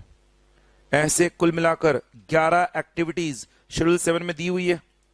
अब ये 11 activities जो दी है ना, one by one सुन लो what it is. You have to spend the expenditure on any one of this activities और activities must be included out of this 11। Clear है? आपके नोट्स में मैं चाहूंगा पेज नंबर 83 पर, वहां पर ये जो एक्टिविटीज मैंने लिख कर दी है ना, उसमें फर्स्ट क्या लिखा, basic living requirement.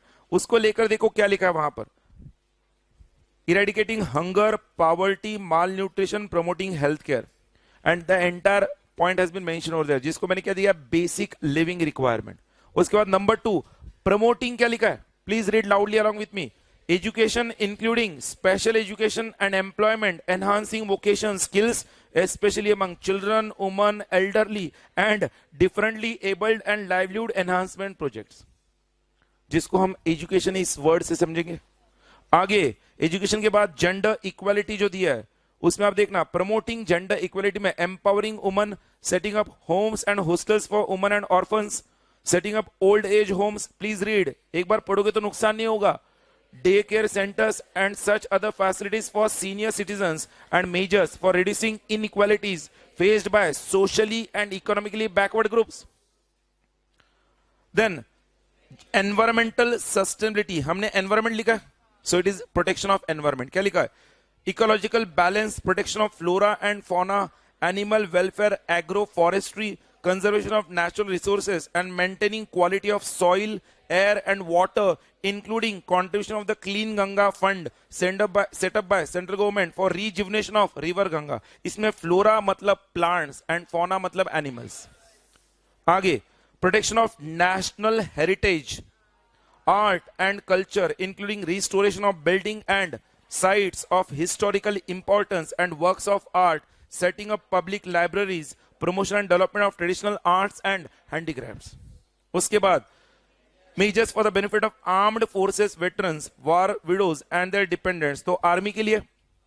then training to promote rural sports, nationally recognized sports, Paralympic sports and Olympic sports, so sports is the main word over there। उसके बाद contribution to Prime Minister's National Relief Fund or any other fund set up by central government for socio-economic development and relief and welfare of scheduled caste, the scheduled tribes, other backward classes, minorities and women। इसको हम charity में ले रहे थे।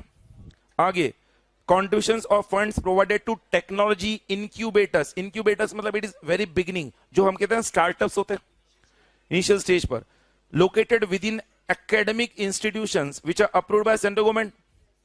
and then rural development projects, slum area development, slum area का meaning दिया, area declared by the central government और any state government और any other competent authority for the timing in force. For example जैसे मुंबई में हम धारावी की लेते हैं, धारावी झोपड़पट्टी, दैट इज स्लम एरिया।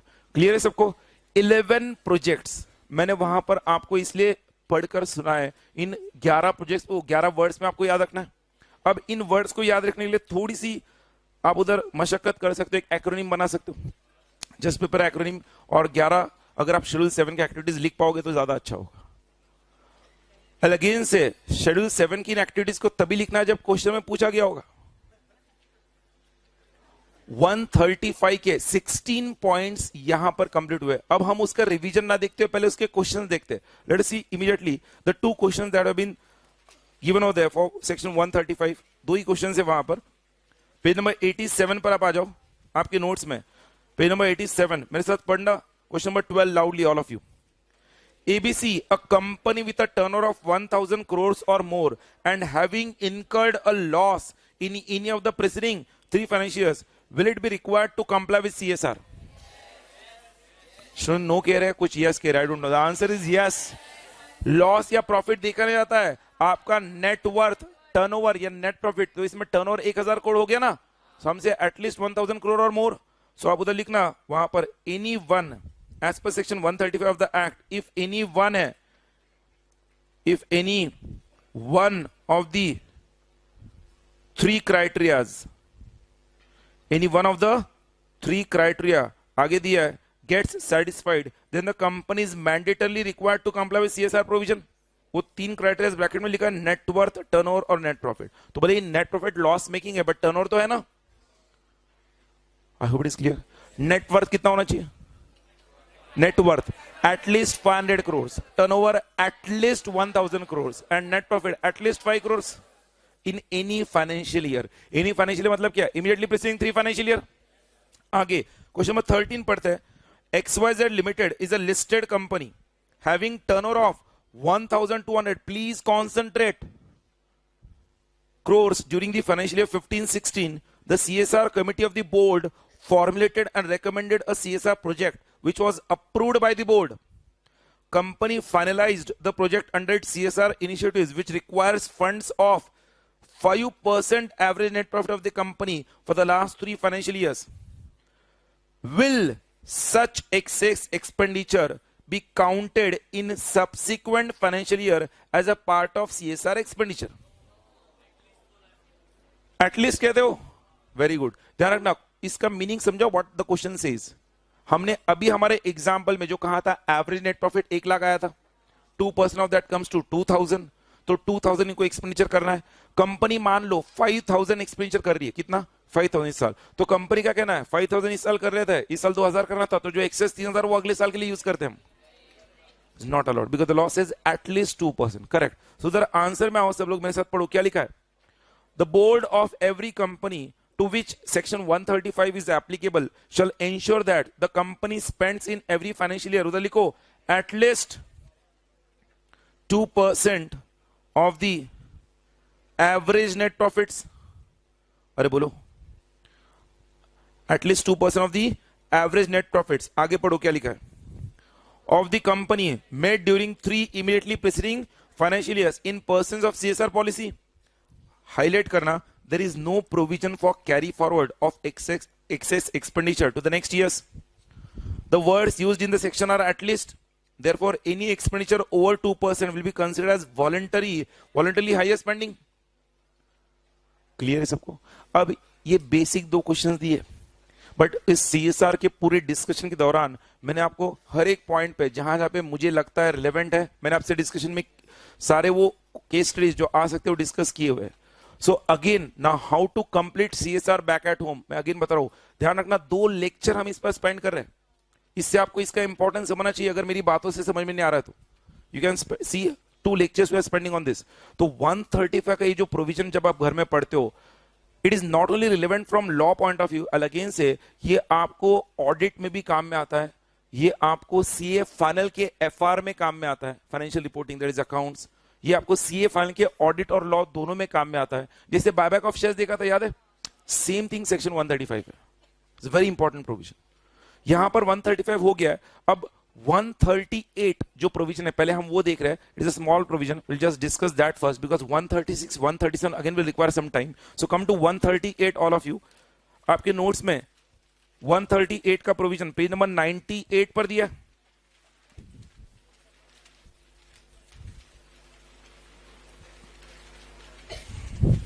क्या हेडिंग? Internal audit. जैसे इंटरनल ऑडिट कहता है, मैंने इसके बारे में आपको जानकारी दी थी कि ये 138 प्रोविजन कंपनीज एक्ट 2013 में आने से सीए का मोनोपोली हट गया।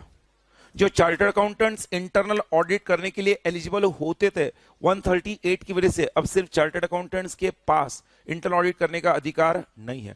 So what is that 138? पहले समझो किसको एप्लीकेबल है। All of you just see on the screen, लिखना कुछ नहीं, बाद में हम लिखते हैं। 138 प्रोविजन एप्लीकेबल किसको है? तो इंटरनल ऑडिट कहा तो इंटरनल ऑडिटर। इंटरनल ऑडिटर कौन से कंपनीज को अपॉइंट करना है? तो मैं वहां पर लिखूंगा इंटरनल ऑडिटर कौन से कंपनीज को अपॉइंट करना कंपलसरी है, मैंडेटरी है। तो नंबर 1, ऑल लिस्टेड कंपनीज। हर एक लिस्टेड कंपनी का इंटरनल ऑडिट होना जरूरी है, तो उन्हें इंटरनल ऑडिट अपॉइंट करना जरूरी है। बट इसके अलावा सेकेंड एरो में वो कहता है every unlisted company, please listen carefully, don't write अल से, मैं हम अलग वे में लिखने वाले से। एवरी अनलिस्टेड कंपनी हैविंग, मैं उसके नीचे लिख रहा हूं point number 1, you have to tell me outstanding deposits, outstanding deposits of at least 25 crores at any point of time, at any point of time, और पॉइंट नंबर 2 लिख रहा हूं मैं, पेड अप शेयर कैपिटल। क्या लिख रहा हूं? Paid up share capital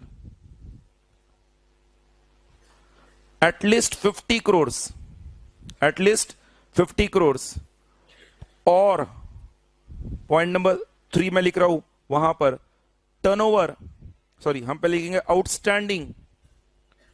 outstanding loans oblique borrowings, loans oblique borrowings greater than equal to, that is at least, वहां पर लिखेंगे 100 crores at any point of time, at any point of time यहां पर भी लिखा है। और पॉइंट नंबर 4 वहां पर आएगा turnover at least 200 crores, turnover at least 200 crores। और इन चारों के नीचे सिंगल एरो ड्रॉ करके मैं लिखूंगा during the preceding financial year, during the preceding financial year. हम अगले पॉइंट में ना जाते हुए एप्लीकेबिलिटी के पहले ये समझते हैं सेकंड पॉइंट। फर्स्ट पॉइंट तो सिंपल है, all listed companies, I hope ये क्लियर है।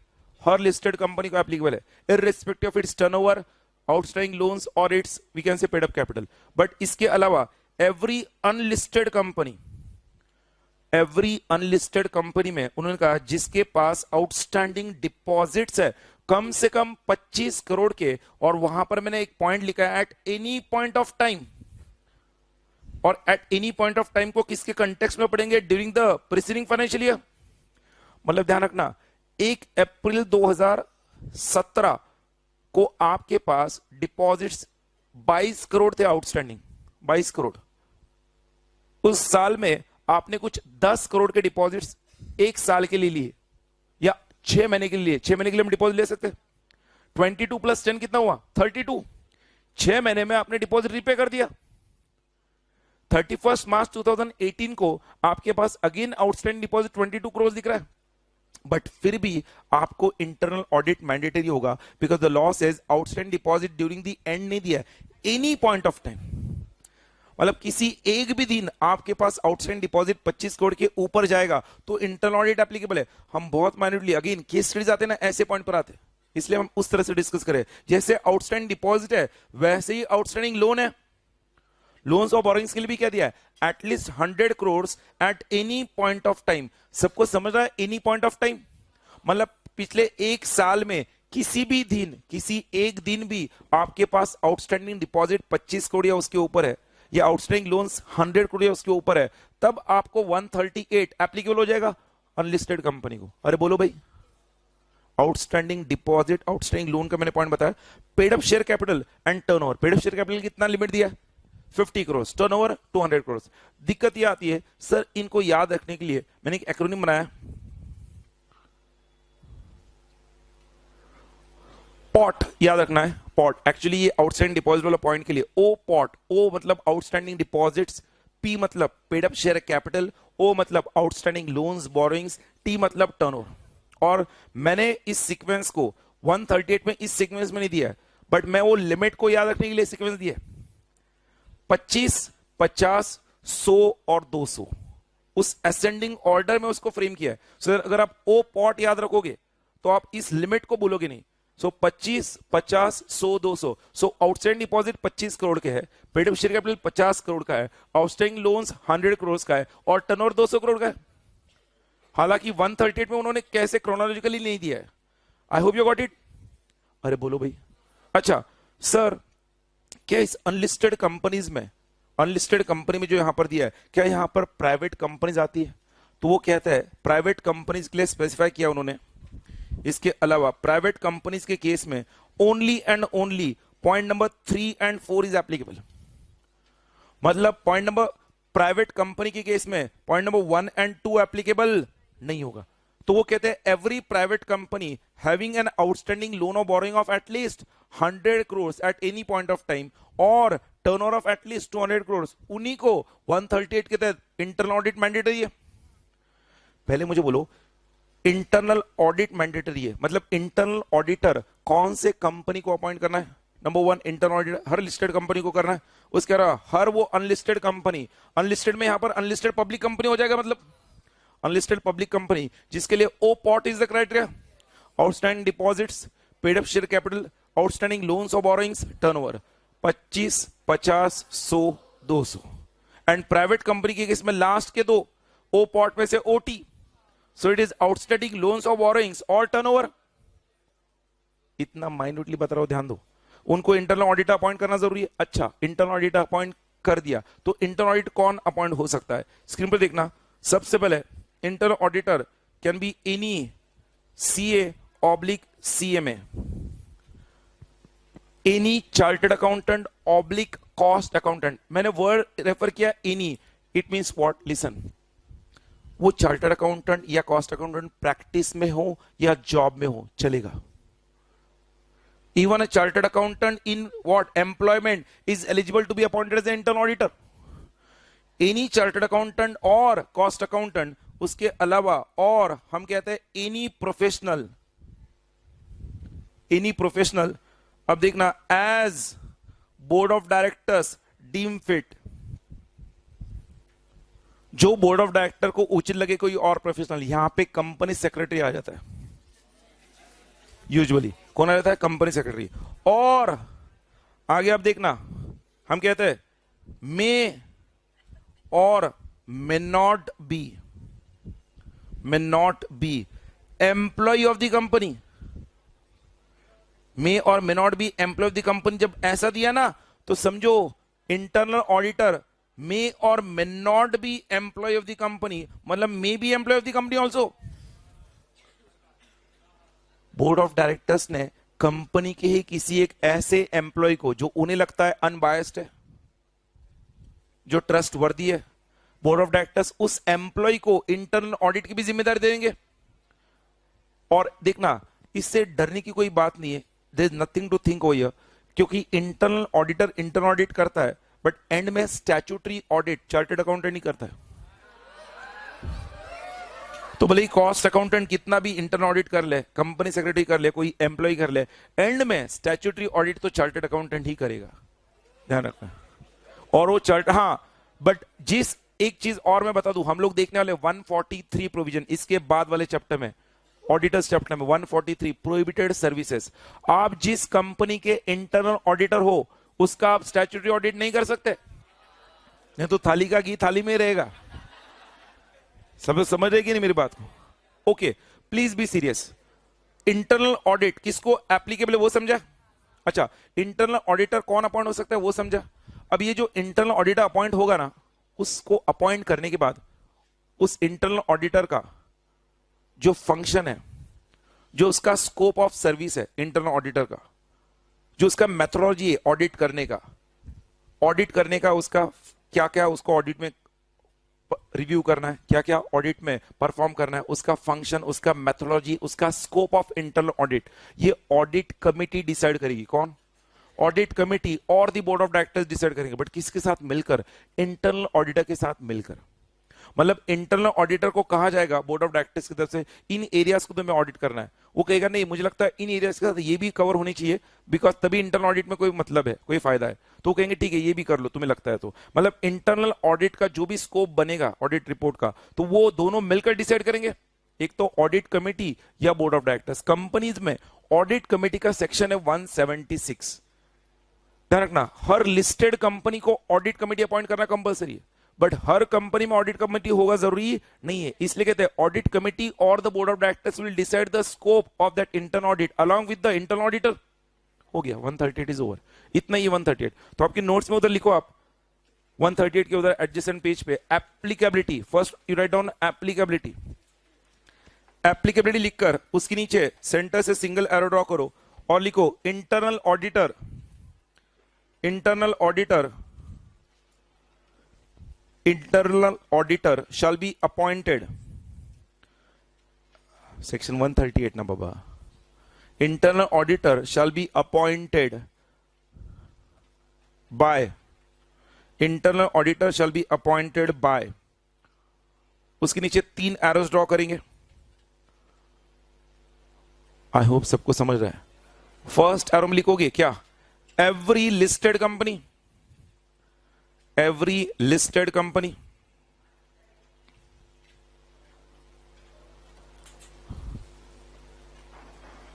second arrow में लिखो every unlisted public company,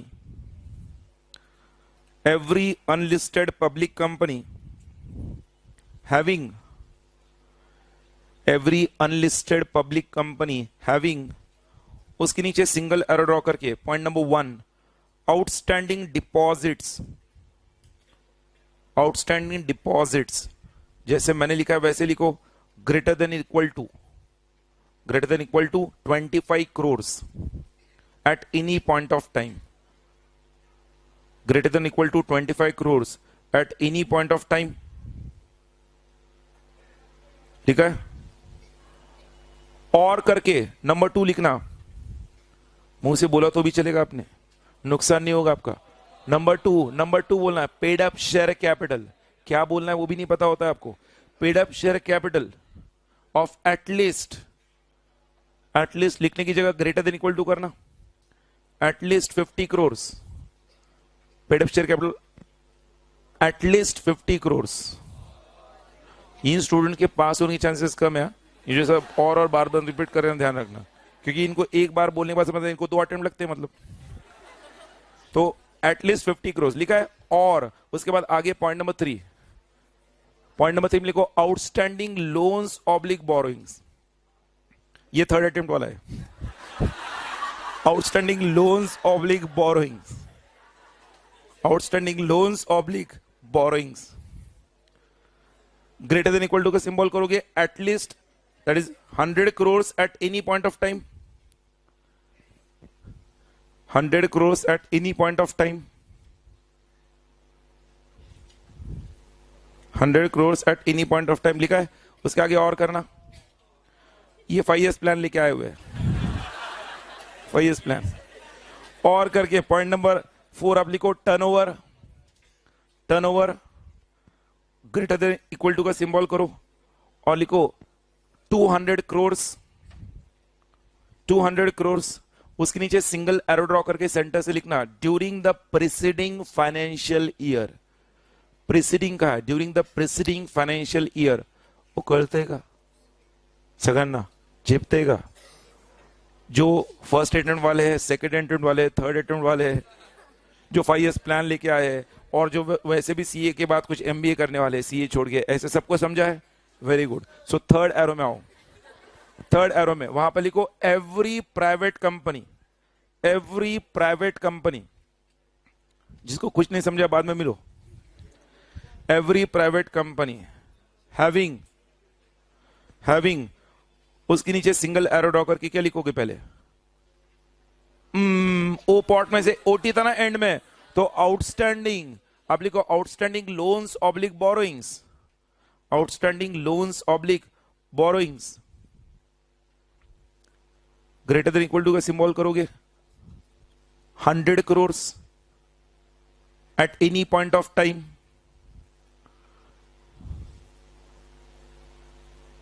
और करके उसके बाद नंबर 2 टर्नओवर, इधर जिसने और किया उसके सी फाइनल का अटेम्प्ट चालू हो गया, ध्यान रखना। Turnover greater than equal to 200 crore, greater than equal to 200 crore लिखा है। उसके नीचे सिंगल एरो करके ड्यूरिंग, बोलो the preceding financial year, during the preceding financial year.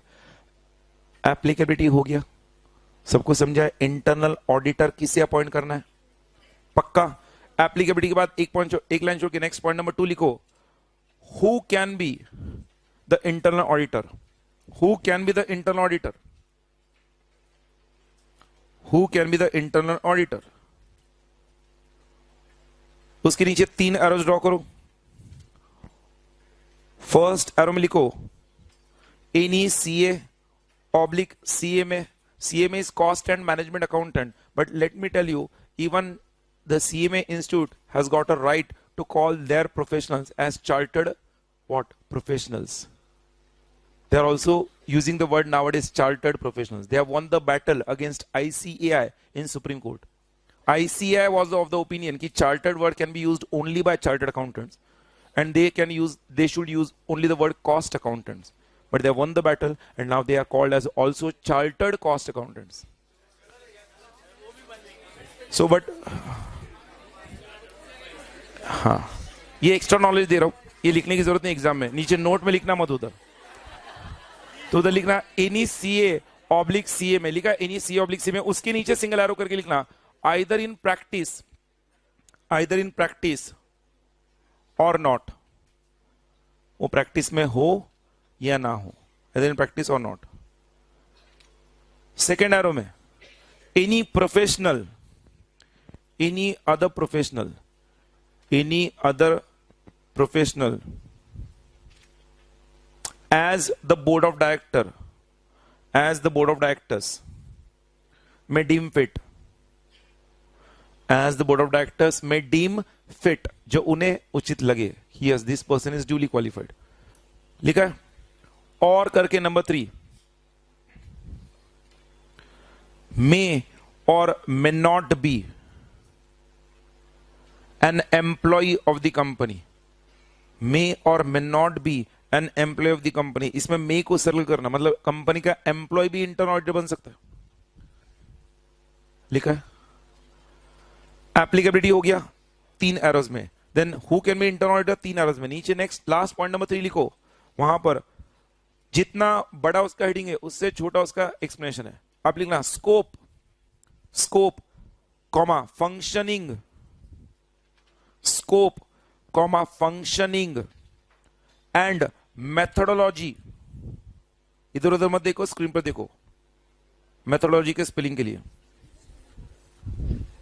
Scope comma functioning comma methodology for conducting audit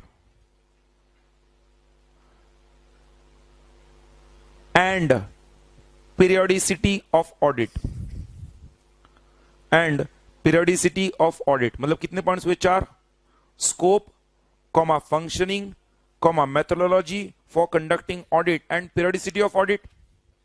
उसके नीचे आप सिंगल एरो ड्रॉ कर लिखना to be formulated, to be formulated, to be formulated by the audit committee, to be formulated by the audit committee oblique board of directors in consultation with, bolo, to be formulated by the audit committee oblique board of directors in consultation with the internal auditor, in consultation with the internal auditor। 138 के साथ आप देखना घड़ी में हुआ time, इतना perfection के साथ प्लानिंग होता है पढ़ाने का, क्या है। तब जाके मैं यहां पे खड़ा हूं, ध्यान रखना। So please what I am saying, 135 section we have completed. 138 is over. Listen please. Listen. कल के डिस्कशन में 136, 137 प्लीज सब लोग हैं मेरे साथ. It will take approximately 45 minutes to 1 hour. 136, 137, 45 minutes to 1 hour. Understanding it, writing it. We're writing all the provisions over there. And after that, for the remaining time, I'll be going for the revision of this chapter. So I'll request you all, listen, I'm not giving you homework every day, even the virtual students. आज घर में जाने के बाद हो सके तो जो प्रोविजंस हमारे हुए हैं 128 से लेकर 138 तक, except 136, 137, just go through it, review it once. कल के डिस्कशन में डाउट्स में अगर वो डाउट्स आपके आएंगे, sir please explain this point again in detail, I will go for that. Is it clear? Thank you, bye bye. तब तक के लिए शब्बा खैर. बचेंगे तो और भी लड़ेंगे.